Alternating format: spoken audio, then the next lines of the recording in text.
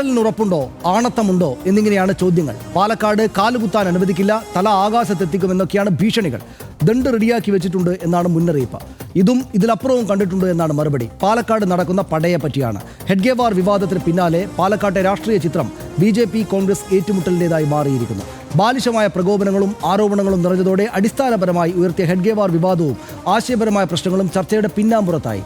April 11 തുടങ്ങിയ ഈ വിവാദം എവിടെ എത്തി നിൽക്കുന്നു എന്ന് പരിശോധിക്കാം. ആദ്യം RDX റാപ്പ് 59 സെക്കൻഡ്.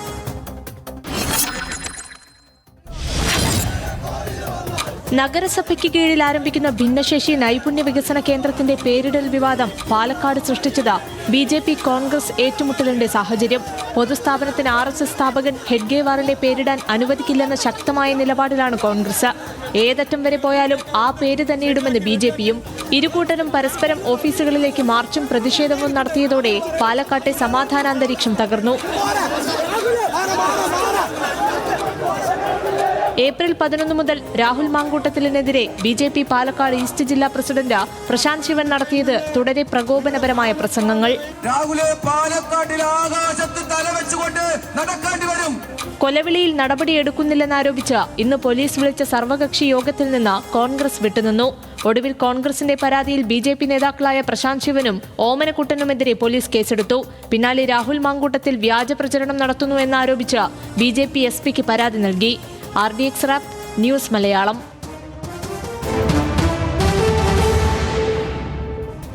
പാലക്കാട്ട് എന്താണുണ്ടായത് നമുക്ക് വളരെ വിശദമായിട്ട് തന്നെയും പരിശോധിച്ചിട്ട് വരാം. ഏപ്രിൽ 11 തീയതിയാണ് വിവാദങ്ങളുടെ തുടക്കം. പാലക്കാട് നഗരസഭ ഭിന്നശേഷി നൈപുണ്യ വികസന കേന്ദ്രത്തിന്റെ തറക്കല്ലിടൽ, അവിടെയാണ് ഈ പ്രശ്നങ്ങൾക്ക് തുടക്കം. കേന്ദ്രത്തിന് RSS സ്ഥാപക നേതാവ് ഡോക്ടർ KB ഹെഡ്ഗേവാറിന്റെ പേരിട്ടതോടെ വലിയ പ്രതിഷേധം എതിർ പാർട്ടികളുടെ ഭാഗത്തുണ്ടായി. യൂത്ത് കോൺഗ്രസും കോൺഗ്രസ് കൗൺസിലർമാരും തറക്കല്ലിട്ട സ്ഥലത്ത് വാഴ നടുക എന്ന സമരരീതി പരീക്ഷിച്ചു. DYFI പ്രവർത്തകർ വേദിയിൽ കയറി പ്രതിഷേധിച്ചു. ശിലാഫലകം തകർത്തു. അവിടെ വലിയ പ്രശ്നമായത് ഹെഡ്ഗേവാറിന്റെ കോലം കത്തിച്ച് നഗരസഭയിലേക്ക് കോൺഗ്രസ് മാർച്ച് നടത്തി. തറക്കല്ലിടൽ അലങ്കോലമാക്കിയെന്നാരോപിച്ച് DCCയിലേക്ക് BJP തിരിച്ചു മാർച്ച് നടത്തിയോടെ സംഘർഷം രൂപപ്പെട്ടു. പ്രതിഷേധ മാർച്ചിനിടെ പ്രകോപനവുമായി BJP നേതാക്കൾ രംഗത്തെത്തിയെന്നാണ് കോൺഗ്രസ് പറയുന്നത്. രാഹുലിനെ പാലക്കാട് കാലുകുത്താൻ അനുവദിക്കില്ല എന്ന് പ്രശാന്ത് ശിവൻ പറഞ്ഞു. രാഹുൽ മാങ്കൂട്ടത്തിലിനെ ഭിന്നശേഷി കുട്ടികളെ അപമാനിച്ചുവെന്നാരോപിച്ച് MLA ഓഫീസിലേക്ക് BJP മാർച്ച് ഏപ്രിൽ 16 തീയതി നടത്തി. മാർച്ചിൽ ജില്ലാ ജനറൽ സെക്രട്ടറി ഓമനക്കുട്ടൻ്റെ ഭീഷണി പ്രസംഗമാണ് വലിയ വാർത്തയായത്. രാഹുലിൻ്റെ തല ആകാശത്ത് കാണുമെന്ന് ഓമനക്കുട്ടൻ പ്രസംഗിച്ചു. നേരത്തെ നമ്മളത് കേട്ടു.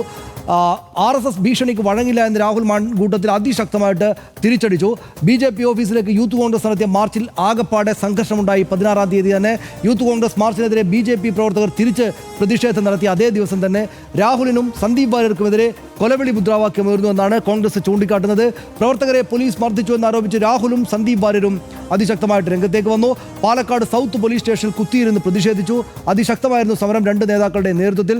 കേസെടുക്കുമെന്ന പോലീസ് ഉറപ്പിലാണ് അന്നത്തെ പ്രതിഷേധം സന്ദീപ് വാര്യരും രാഹുൽ മാങ്കൂട്ടത്തിലും അവസാനിപ്പിച്ചത്. മറ്റുള്ളവരും പോലീസ് വിളിച്ച സർവകക്ഷി യോഗം കോൺഗ്രസ് ബഹിഷ്കരിച്ചു കളഞ്ഞു. ഏപ്രിൽ 17 തീയതി കൊലവിളിയിൽ കേസെടുക്കാതെ സഹകരിക്കില്ല എന്നാണ് കോൺഗ്രസ് പിറ്റേ ദിവസത്തെ പോലീസ് ഇടപെടലിനോട് പ്രതികരിച്ചത്. യോഗത്തിൽ CPIM BJP പ്രതിനിധികൾ പങ്കെടുത്തു. CPIM-ന്റെയും BJP-യുടെയും നേതാക്കൾ മാത്രം.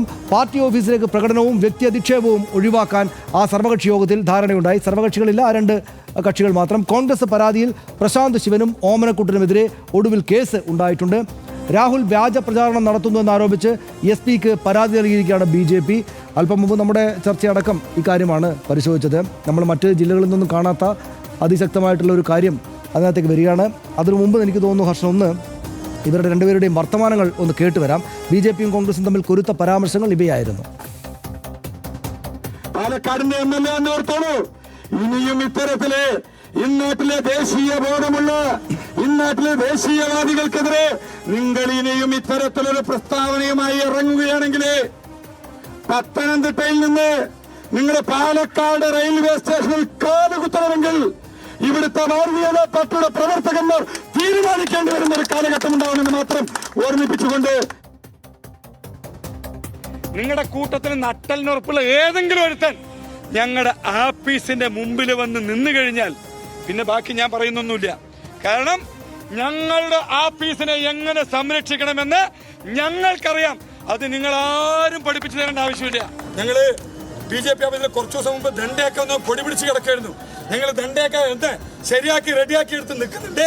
നിങ്ങൾ ഏത് നിമിഷം വേണമെങ്കിലും വന്നോളൂ, യാതൊരുവിധ വിഷയവുമില്ല എന്ന് മാത്രം പറഞ്ഞുകൊണ്ട് ഈ പ്രതിഷേധം നിങ്ങൾ അഹങ്കരിക്കുകയാണ് ഞാൻ എന്റെ കാല് പാലക്കാട്ടിലുണ്ട് എന്ന്. അങ്ങനെ ഞങ്ങളുടെ നേതൃത്വം ഒരു തീരുമാനമെടുത്ത് അറിയിച്ചു കഴിഞ്ഞാൽ രാഹുല് പാലക്കാട്ടിൽ ആകാശത്ത് തലവെച്ചുകൊണ്ട് നടക്കേണ്ടി വരും, കാല് മുഴുവൻ ആകാശത്തേക്ക് വരേണ്ടി വരുമെന്ന് മാത്രം പറഞ്ഞുകൊണ്ട് എന്റെ ദൗത്യത്തിലേക്ക് കടക്കുകയാണ്.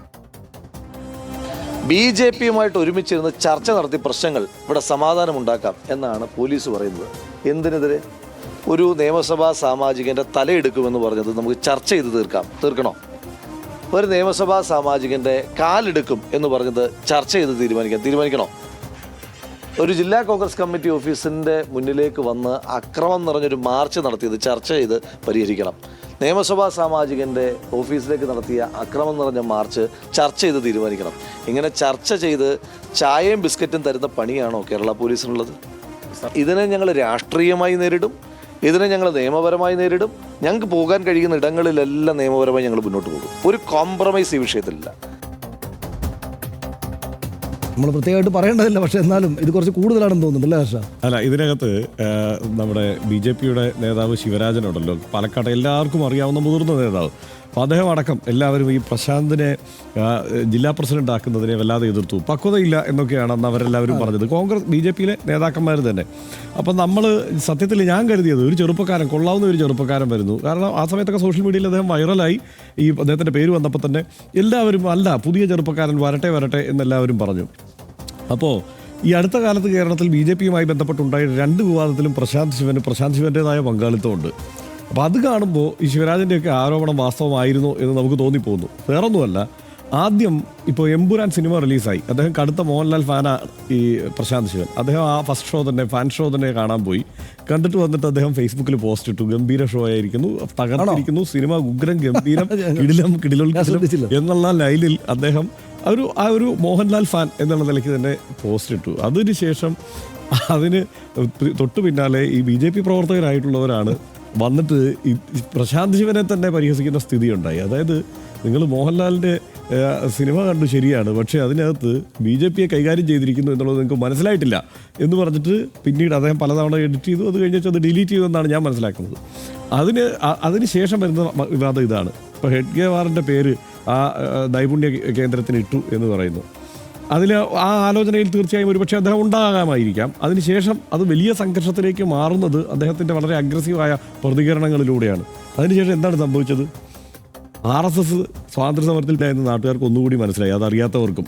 വീണ്ടും അത് പല ആവർത്തി ചർച്ച ചെയ്യുന്ന സ്ഥിതി ഉണ്ടായി. മാത്രമല്ല, അവരുടെ ഡോക്ടർ ജി എന്നാൽ RSSൻ്റെ ഏറ്റവും ഉന്നതനായ നേതാവാണ്. അത് അല്ലെങ്കിൽ RSSൻ്റെ സ്ഥാപകൻ എന്നുള്ള നിലയ്ക്ക് ഏറ്റവും പരിഭാവനമായി കരുതപ്പെടുന്ന ഒരു സ്ഥാനമാണ് അദ്ദേഹത്തിന് RSS പ്രവർത്തകർ നൽകിയിരിക്കുന്നത്.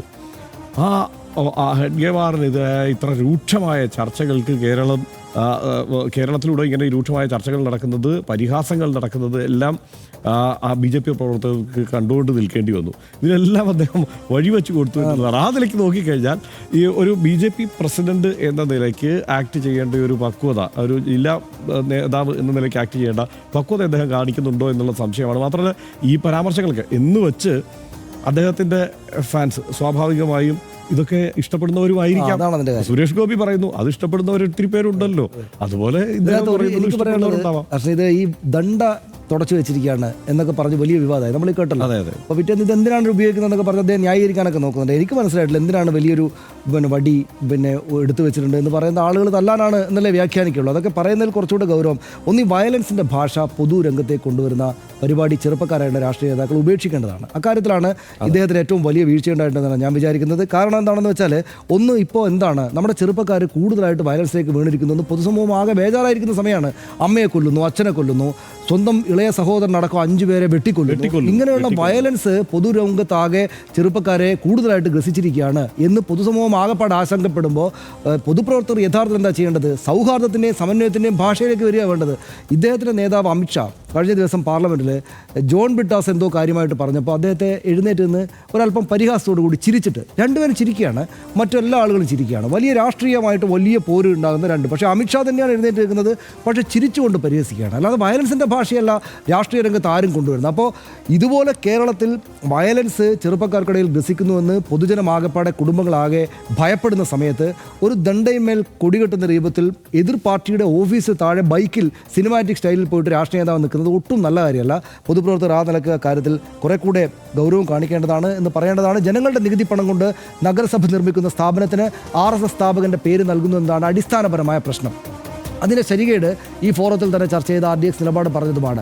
അതിൽ ജനാധിപത്യപരമായി തിരുത്തേണ്ട ശരികേടുണ്ടെന്ന് തന്നെയാണ് RDXന്റെ ഇപ്പോഴത്തെ അഭിപ്രായം. പക്ഷേ പാലക്കാടിൻ്റെ സമാധാന ജീവിതത്തെ ബാധിക്കുന്ന ഗുരുതര ക്രമസമാധാന പ്രശ്നമായി മാറിയിരിക്കുന്നു ആ വിവാദം എന്നത് കൂടുതൽ ആശങ്കയുണ്ടാക്കുന്നു. എന്നാൽ അടിസ്ഥാന രാഷ്ട്രീയ വിഷയം ഇപ്പോൾ ഉന്നയിക്കപ്പെടുന്നതേ അല്ല എന്നതാണ് കൗതുകം.